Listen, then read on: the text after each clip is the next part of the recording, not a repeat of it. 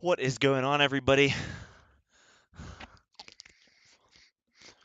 Just having a bit of dinner, making another video. Out of the pits of another work week.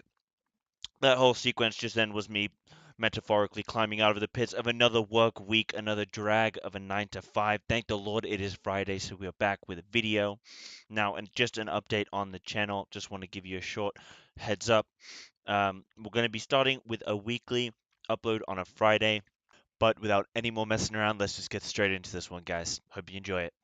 Today we're going to be looking at the Feral Druid kind of best in slot, pre-raid best in slot, going into BFA.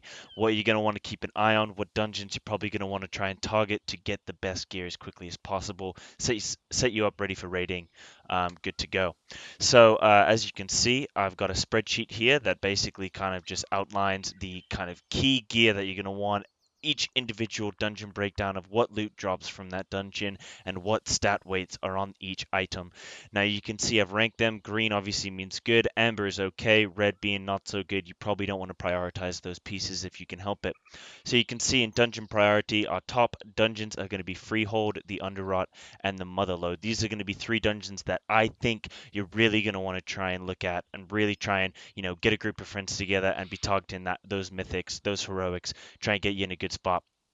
Now, the way I've compiled this data is I've looked at each individual item in the dungeon journal and I figured out what is the main secondary stat and what is the secondary stat. So as you can see on the first line of each cell, one stat weight will be capitalized. It'll be in full caps, so you can see the haste for the first item from Freehold, the cape, is going to be haste heavy, and mastery is going to be the minor trait on that. I'll show you an example. So if we go onto Freehold here, and I think the cape drops from the first boss, so you can see we're getting 67 haste from this item and 45 mastery. So you can see it's primarily a haste item.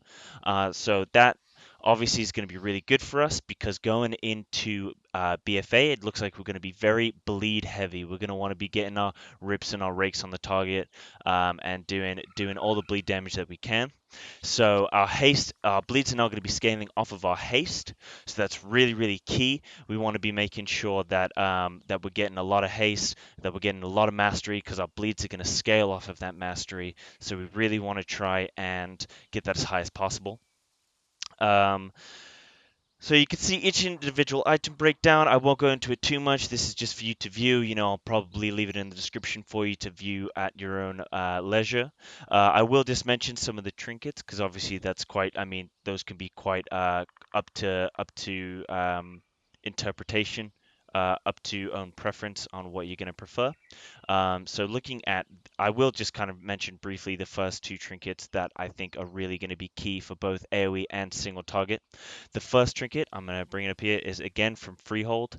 Now you can see this item is going to have flat agility, which is going to be really, really nice, especially early on in the expansion where we're struggling for primary stats. And then it's got an equip effect, so it's nice. It's not an extra button that you got to be pressing. You can just let it happen naturally, and that is basically just going to be an on chance effect, on hit chance effect to increase our mastery, haste, or crit for an amount of time. Obviously, it's subject to change, so it says 15 seconds, but who knows? It may go down to 12, may move up to 18. We don't know. And it obviously says a random combination, so that means that we could potentially get two or even all three of those benefits. That's going to be really, really key there. That's really quite nice to have. The other trinket I want to look at is from the Motherlode. I can't remember which boss. This second boss here, and you can see again it's going to be flat mastery, so that's really, really nice. That's one of our main stats that we're going to be wanting to look for. And you can see our secondary or the trait on that is going to be an equip effect again. So again, another item that you're not going to have to be thinking about. You can just let it happen naturally, and that's just going to give us a flat agility buff. No stacking. It's just going to be straight agility, which is going to be really, really nice. So those are kind of the key trinkets. Again, we're going to have, well, as you can see, we're going to have weapon drops coming back into the game, making an appearance, getting rid of our artifact weapons. So these items are going to be really, really, or getting weapons is going to be really, really nice. And so you could see the best one there is going to have haste mastery. It's going to drop from the underup for you. So this is kind of gives you a breakdown of what I think are going to be the best dungeons and what are going to be dungeons that aren't that good for you. There are a couple special mentions with these trinkets. They potentially could have a very beneficial effect. For example, the cannonball. It has a chance or an on-use effect to put down a cannon, and it fires. Uh, it does an AoE cone effect, which could potentially be really nice, but if you use it at the wrong time, your tank might pull all the mobs out of the way of the trinket, and it might be wasted. So, it's going to take a little bit of skill to, or, not too much, but just a little bit of skill just to, or some kind of prior thought on when to pop that cooldown. And again, it's going to be another active. So if you're not into that kind of play style and you do just want the passives, then that probably isn't going to be the trinket for you, but it's worth mentioning, for others that might enjoy it. Um, so that pretty much sums up that section of the video. I will just briefly mention that a lot of this is subject to change. We're still 2 months away from release, so anything could happen. We don't really know, but looking at how it is, this looks like it's going to be a pretty good, decent guide on what to expect. Now, a lot of you might also be thinking about saving your legendaries until 120, thinking that you're being smart, that you're going to get an advantage, you're going to keep using those legendaries even at 120.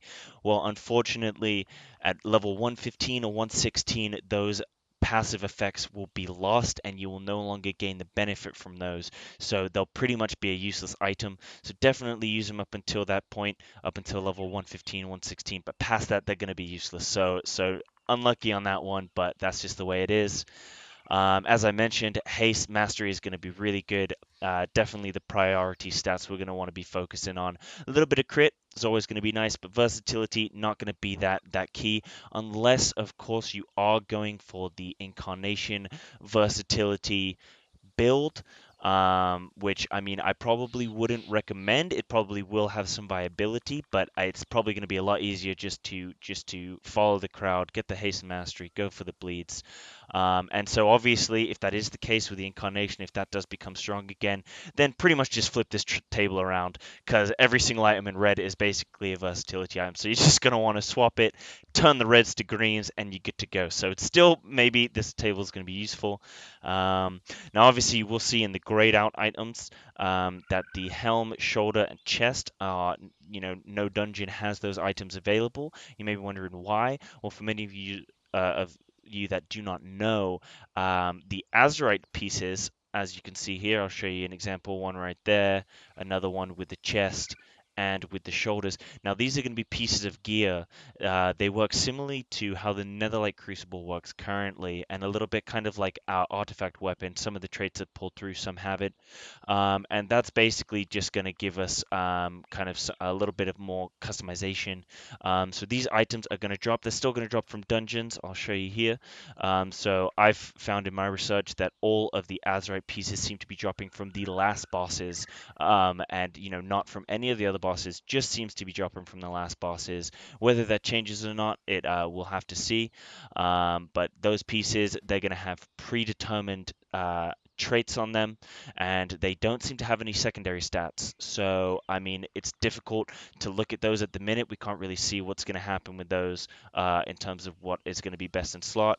I would probably have to go around collecting every single one, which would be very time consuming, very difficult to kind of produce for you guys. But definitely something to look out for in the expansion. Apart from that, I will just mention that as well as these trinkets that I list in the um, in the spreadsheet, you will also want to look out for potentially alchemy trinkets, and maybe other profession trinkets, Dark Moon Fair trinkets, and BOEs that drop, because those can all be really good. They are normally pretty much best in slot.